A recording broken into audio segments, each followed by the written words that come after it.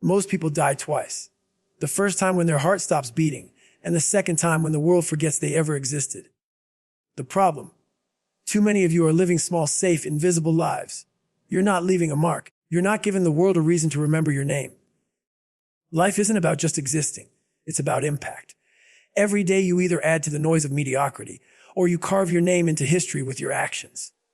Nobody remembers the excuses. Nobody remembers the comfort zone. They remember the fighters, the ones who bled for something bigger than themselves. Everybody wants to be remembered, but nobody wants to do what it takes to be unforgettable. That's the truth you don't want to hear. You think you're going to leave a mark by staying safe, by staying comfortable, by staying invisible.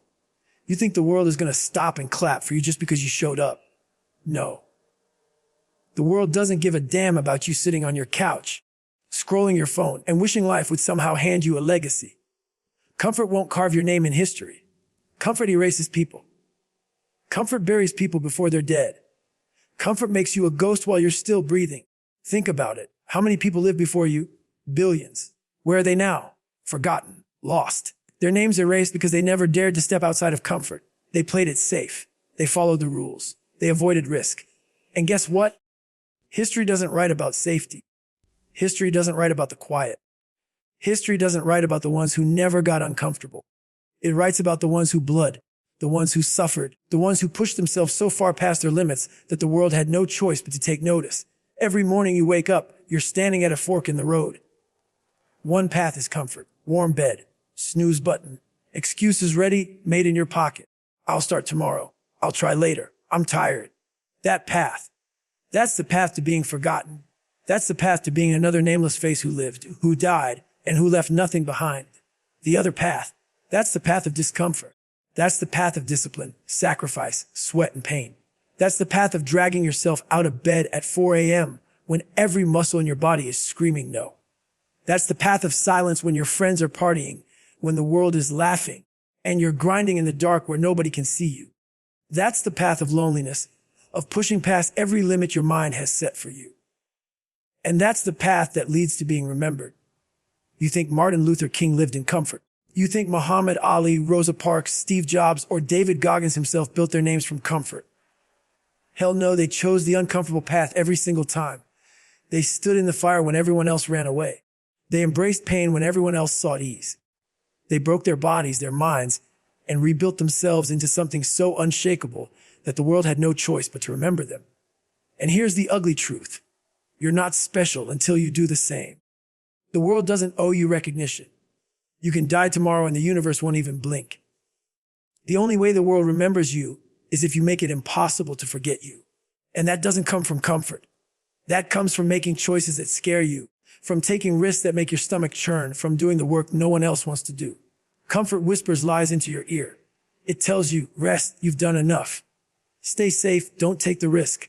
Just blend in, no one will judge you. And that's exactly how people disappear. That's how lives fade into dust. That's how graves are filled with wasted potential. And you're sitting here wondering why your life doesn't feel meaningful. Why nobody notices your effort. Why you don't feel alive. It's because you're too damn comfortable. When you choose discomfort, you choose growth. When you choose pain, you choose progress. When you choose sacrifice, you choose significance. Every rep you push when you're exhausted. Every mile you run when your legs feel like lead.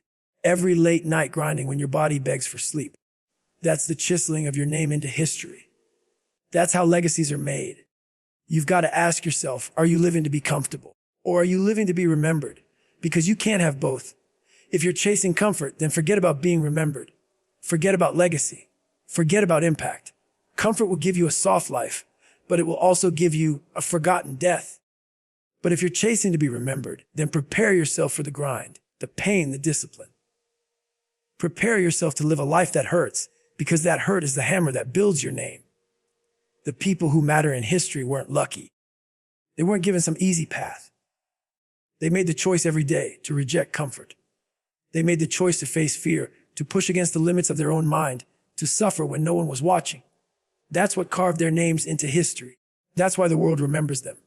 And if you want the same, if you want your name to outlive you, then you better start making the same choice. Because comfort won't carve your name in history. It will erase it before the ink even dries. Everybody out here wants to be remembered, wants their name to echo long after they're gone, but nobody wants to pay the price. And let me tell you something straight, there's a price, and it ain't comfort, it ain't easy, it ain't soft. The currency of legacy is pain. The world doesn't remember you for what you avoided, for the comfort you lived in, for the easy days you chose. The world remembers you for what you endured, for what you pushed through, for the pain you embraced when every part of you screamed to stop. Pain is the price of legacy. You want to know why most people will be forgotten? Because they spend their whole lives running from pain. Every time it knocks at their door, they hide. Every time it shows up, they reach for excuses. They search for shortcuts. They run to distractions. But what they don't realize is this: the very thing they're running from is the only thing that can make them unforgettable. The people who stand out, the people whose names are carved into history. They didn't run from pain. They shook hands with it. They lived with it. They used it as the fuel that carried them beyond ordinary. When I say pain, I don't just mean physical pain. I'm talking about the pain of sacrifice, the pain of discipline, the pain of long nights when nobody is watching and you're grinding alone. The pain of being misunderstood, judged, ridiculed. The pain of failure again and again, while the world laughs and tells you to quit. That pain, that's the fire that forges greatness. And without it, you don't have a legacy. You just have a life that disappears into dust. Look back at history. Every name you know was paid for in suffering. Warriors bled on battlefields, leaders endured betrayal. Innovators worked themselves to the bone. Athletes broke their bodies to break records. Every single person who is remembered today lived a life soaked in pain. But here's the difference. They didn't see pain as the enemy.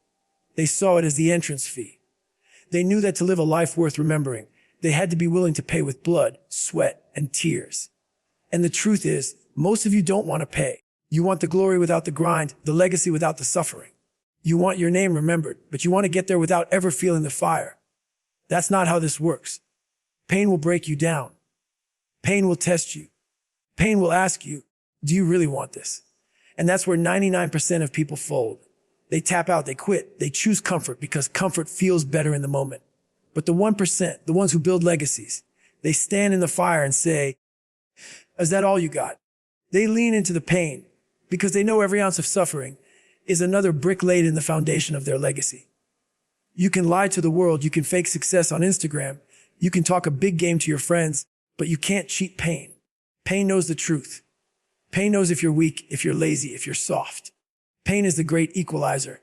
It doesn't care who you are, where you come from, or how much talent you think you have. Pain will strip you down to nothing and ask you to prove yourself. And only those who keep moving, who keep grinding, who keep getting back up, are the ones who come out with a story the world can't ignore. Understand this pain is temporary, but legacy is forever. The suffering you endure today will outlive you. The sweat, the blood, the broken bones, the sleepless nights, they will echo in the hearts of people who come after you. That's what it means to be remembered. That's what it means to live a life that matters. But none of it comes without paying the price. So the question you need to ask yourself isn't, do I want to be remembered? Everybody wants that. The question is, am I willing to pay the price?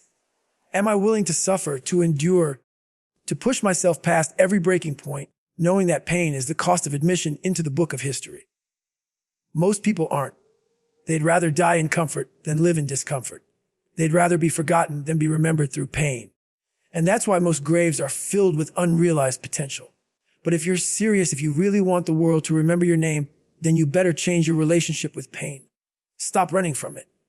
Stop avoiding it. Start chasing it. Seek the situations that scare you. Take on the challenges that push you to the edge. When pain comes knocking, open the door and invite it in. Because every time you embrace pain, you are writing another line in the story of your legacy. And that story, when it's finished, will be one the world can never forget. Everybody wants applause. Everybody wants validation. You post a picture, you wait for likes. You post a video, you're checking the comments, chasing the dopamine hit. But let me tell you the truth that nobody wants to admit: applause is worthless. Applause fades. The claps stop the moment the show is over. The likes vanish as fast as they appear. What lasts, what echoes beyond your life, is impact. If you want the world to remember you, stop chasing applause and start chasing impact. The problem with applause is that it feeds your ego, not your legacy. You can fill a stadium with people clapping for you tonight, but 10 years from now, none of them will remember your name if all you did was perform for noise. People clap for entertainment. They remember the impact. And impact doesn't come from surface level noise. Impact comes from actions that shift the world, that shake the foundation of people's lives, that inspire someone to change forever. Ask yourself this: are you living for the moment, or are you living for the memory? Because the moment is applause, but the memory, that's impact. You can get claps by doing something flashy, but you create impact by doing something that costs you, something that forces you to bleed, something that leaves a permanent mark on the lives of others. Think about it. How many people today get millions of likes, millions of views, and yet 5 years from now, nobody will even remember their name? They came and went like a trend. But the ones who are remembered, the ones whose names get carved into the walls of history, they weren't chasing claps. They weren't looking for approval. They weren't even trying to be liked. They were too busy making an impact, too busy grinding for something that mattered, too busy doing the kind of work that people couldn't ignore, even if they hated it. Impact is what happens when your actions outlive the applause. Impact is when you build something so powerful that even people who never met you are influenced by you. Impact is when your name carries weight because of what you sacrificed, not because of what you showed off. The truth is, applause is easy. You can fake applause. You can trick people into clapping. You can put on a mask, perform for a crowd, and get validation. But impact demands the real you. Impact demands authenticity, sacrifice, suffering, and consistency. You can't fake impact. You either change lives or you don't. And the world remembers the ones who change lives. Look at the legends. Did Nelson Mandela spend his life chasing applause? Did Harriet Tubman risk her life for claps? Did Mother Teresa grind through suffering to hear cheers? No, they weren't chasing temporary approval. They were chasing something bigger. They were chasing an impact, and that's why their names are immortal. That's why the world can't forget them. And that's what you've got to ask yourself. Are you trying to be remembered, or are you just trying to be noticed? Because being noticed is applause. Being remembered has an impact. And the difference is night and day. Applause makes you feel good for a moment. Impact makes the world better forever. Applause is cheap. Impact is costly. Applause is easy to get. Impact is hard to earn. Applause is about you. Impact is about others. Applause dies. Impact lives. And here's the kicker. When you chase applause, you end up empty. You keep performing, keep trying to impress, keep waiting for the world to clap, but it never fills you. You wake up feeling hollow. But when you chase impact, even if nobody claps, even if nobody thanks you, you still know your life mattered. You know your suffering wasn't wasted. You know you left something behind that can't be erased. So stop worrying about applause. Stop waiting for permission. Stop living for validation, because the world doesn't remember claps. It remembers legacies. And legacies are built in silence, in sacrifice, in the grind nobody else sees. The applause will fade, but the impact will stand. And if you want your name to echo after you're gone, you better stop chasing the sound of claps and start chasing the weight of impact. One day, whether you like it or not, your heart is going to stop beating. That's guaranteed. You don't know the date, you don't know the time, but it's coming. And when it comes, the only thing that's going to matter is this: did you live in a way that death can't erase you? Did you leave something behind that stands taller than your grave? Or did you live so small, so safe, so soft, that the moment they bury you, the world moves on like you never existed? Most people live as if they're going to get another shot. They live as if they've got endless time. They procrastinate. They play it safe. They act like there's no clock ticking. But the truth is, every day is boring. Every second is a countdown. And when your time runs out, all the excuses, all the comfort, all the safety nets won't matter. What will matter is whether you live so boldly, so fiercely, that death itself couldn't erase your name. Think about it. The graveyard is the richest place on earth. It's filled with unwritten books, unsung songs, unpursued dreams. It's filled with people who had potential but never acted, who had chances but never risked, who had lives but never lived. They went to their graves safe, comfortable, and forgotten. And if you don't wake up, that's where you're headed to. You will be just another name carved into a stone, another body in the dirt, erased by time. But there are others, names you know, names you feel, people who have been dead for decades, centuries even, but their presence is still alive today. Why? Because they lived so loud, so relentless, so unapologetically bold that death couldn't silence them.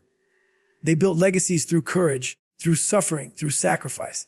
They left behind actions so impactful that generations later, people still talk about them, still learn from them, still get inspired by them. That's the standard. That's the bar. And here's the harsh reality. Death doesn't erase you because of time. It erases you because you gave it nothing to hold on to. If you want to outlive your body, you have to build something bigger than yourself. You have to create a story worth telling, a mark worth noticing, a legacy worth remembering. And that doesn't come from living easy. That doesn't come from hiding in comfort. That comes from making choices so bold, so fearless, that the world can't ignore you. Living so death can't erase you means living with urgency. It means you stop saying, someday, and start saying, today. It means you stop caring about opinions and start caring about impact.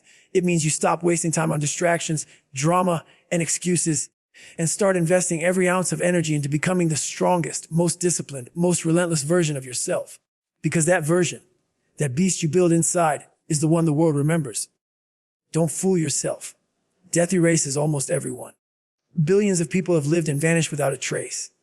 What makes you different? What makes you unforgettable? It's not your job. It's not your money. It's not your possessions.